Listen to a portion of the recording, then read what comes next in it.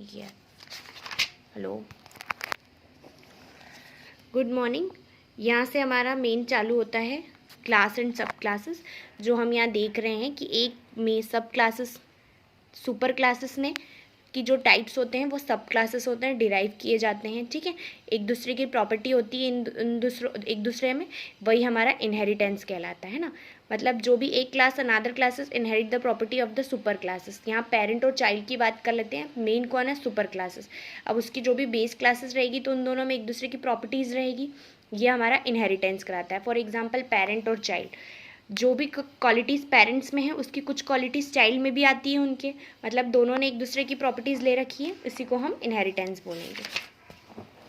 For example यहाँ एक diagram से देख लेते हैं। ह्यूमन, हाइट, वेट, ये हमारा बेस क्लासेस। अब इससे बना है स्टूडेंट, क्योंकि दोनों एक दूसरे से रिलेट करते हैं। ह्यूमन कोई भी हो सकता है और स्टूडेंट ह्यूमन हो सकता है इजीली। समझ में आ रहा है? दोनों ने एक दूसरे की प्रॉपर्टी इनहेरिट की है। अब हमारा है यहाँ पर टाइप्स ऑफ इनहेरिटेंस। ठीक है, सिंगल लेवल इनहेरिटेंस क्या होता है? जिसमें एक ही होगा। When the sub classes inherit only one base classes, इसकी सिर्फ एक ही बेस क्लासेस होगी, सबकी सिर्फ एक ही बेस क्लासेस है ना। फ्लो डायग्राम में दिख रहा है, वाई हमारी बेस क्लास हो गई, सब क्लास हो गई, और एक्स हमारी बेस क्लासेस हो गई, एक ही है इसकी। ठीक है, अब यहाँ पे क्या है कि एक सब क्लासेस की बहुत सारी बेस क्लासेस हो सकती है। जैसे हम यहाँ मल्टीपल में देखते हैं कि ये सब क्लासेस की बेस क्लासेस कौन कौन सी हो गई? दो हो गई, वाई भी हो गई और जेड भी हो गई।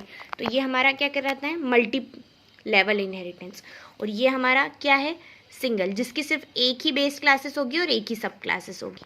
सब क्लासेस तो एक ही होती है लेकिन उसकी बेस क्लासेस भी एक ही होगी, लेकिन यहाँ सब क्लासेस तो एक ही है। ठीक है, जो एक ही रहती है लेकिन उसकी बेस क्लासेस दो हो गई, वाई और एक्स और वाई। तो ये हमारा क्या हो गया? Multi level inheritance. ये आप खुद रीड करेंगे यहाँ से।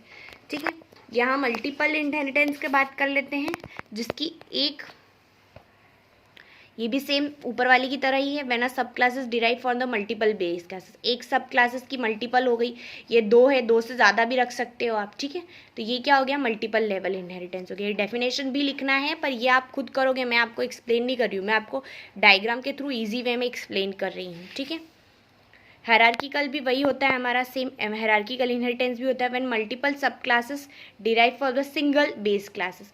मतलब अब यहाँ पर मल्टीपल चीज़ है लेकिन उसकी बेस क्लासेस एक ही है। ठीक है, तो ये हायरार्किकल हो गया। जैसे हायरार्किकल को हम ट्री से भी डिफाइन करते हैं।